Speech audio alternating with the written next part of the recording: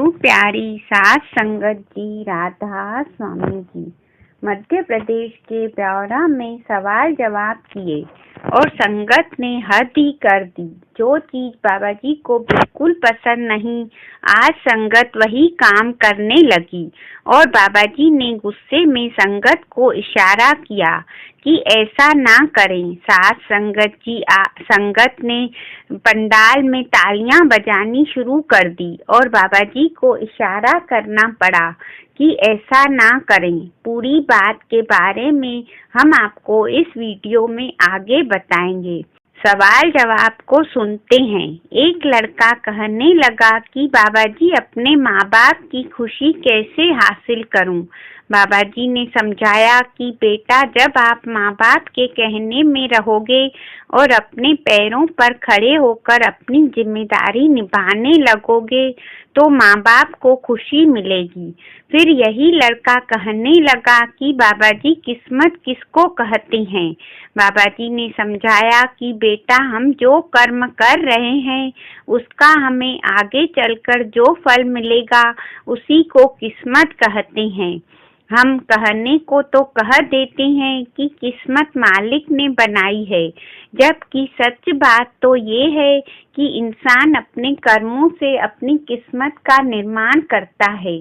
फिर एक भाई ने बाबा जी से कहा कि बाबा जी, मेरे अंदर एक कमी है कि मैं बहुत जल्दी दूसरों पर विश्वास कर लेता हूँ।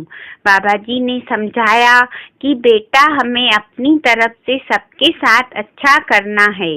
अगर कोई हमारा बुरा करता है तो भी हमें अपनी तरफ से अच्छा ही करना है। कोई गलत करेगा तो कल को हिसाब भी उसी को देना पड़ेगा। फिर एक भाई ने किया, बाबा जी, मैं परमार्थ से जुड़ चुका हूँ और सत्संग पर भी जाता हूँ, लेकिन मेरा मन सत्संग में नहीं लगता। बाबा जी ने इस भाई को समझाया कि बेटा, परमार्थ में आने का एक मकसद ये भी है कि हम अपने मन पर काबू कर सकें। जब भी हम किसी मोड़ पर खड़े होते हैं तो हमें एक रास्ता चुनना होता है और उस समय हमें अपने विवेक की ताकत का इस्तेमाल करना चाहिए। हमें गलत दिशा में ले जाने वाला भी मन होता है और सही दिशा में ले जाने वाला भी मन होता है। सोच समझकर आगे बढ़ेंगे तो सही रास्ते को ही चुनेंगे। फिर एक लड़का कहने लगा कि बाबा जी, मेरे मम्मी पापा ने आपसे नामदान लिया हुआ है, लेकिन वो दोनों आपस में बहुत लड़ते हैं। तो बाबा जी ने समझाया कि बेटा, वो आपके माँ बाप हैं और आपको उनकी कदर करनी है। अगर वो आपस में लड़ रहे हैं तो वो आपको बीच में नहीं जाना है। जहाँ प्रेम होता है वहाँ लड़ाई होना लाजमी है। फिर यही लड़का कहने लगा कि बाबा जी, मेरे पापा सत्संग में अब नहीं जाते। तो बाबा जी ने समझाया कि बेटा, हमें किसी के साथ जोर जबरदस्ती नहीं करनी है। उन्हें जब ठीक लगेगा तो वो अपने आप सत्संग पर आना शुरू कर देंगे। भाई कहने लगा कि बाबा जी, मैं छत्तीसगढ़ से आया हूँ और आप एक बार बोल दो, छत्तीसगढ़िया सबसे बढ़िया। बाबा जी ने मुस्कुराते हुए कहा कि बेटा, हम एक सूबे की बात क्यों करें, पूरे देश की बात करनी चाहिए ना।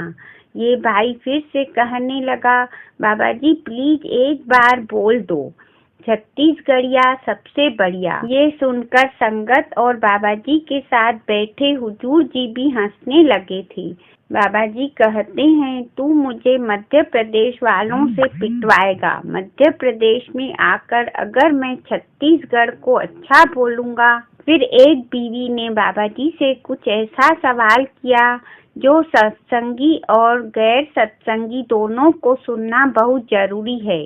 इस बीवी ने पूछा कि बाबा जी, अक्सर लोग कहते रहते हैं कि हमने फलाने मंदिर में मन्नत मांगी और ऊपर वाले ने हमारा काम बनवा दिया, तो क्या सच में मन्नत मांगने से काम बन जाते हैं?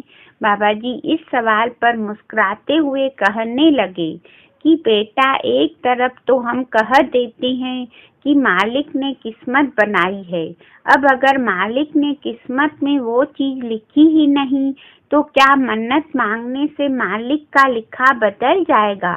बाबा जी ने आगे समझाया कि बेटा जो किस्मत में लिखा है वो बिन मिन्नत के भी मालिक दे देता है। फिर एक भाई ने बाबा जी से पूछा कि बाबा जी मैं बहुत दूर से आया हूँ और जब मैं यहाँ आ रहा था तो सब मुझे कहने लगे तू अपनी ड्यूटी छोड़कर मत जा, वहाँ तुझे कुछ नहीं मिलेगा। लेकिन मैंने उन्हें कह दिया कि मुझे मेरे रब ने बुलाया है और मैं इतना कहकर मैं यहाँ आ गया, इसलिए आपका बहुत शुक्र है बाबा जी जो आपने मुझे यहाँ आने का मौका दिया। बाबा जी ने कहा कि बेटा ये सब तो प्यार की बात होती है, जहाँ प्रेम होता है वहीं कुर्बानी दी जाती है, नहीं तो आजकल इंसान हर जगह गिनती करने लगता है। आगे बाबा जी ने समझाया कि बेटा करने करवाने वाला तो वो मालिक है, इसलिए हमें मालिक से प्रेम का रिश्ता जोड़ना है। ये बात ठीक है कि गुजारे के लिए हमें काम करना पड़ता है, लेकिन थोड़ा समय मालिक को देना भी जरूरी है। आखिर में करने करवाने वाला तो वही है ना।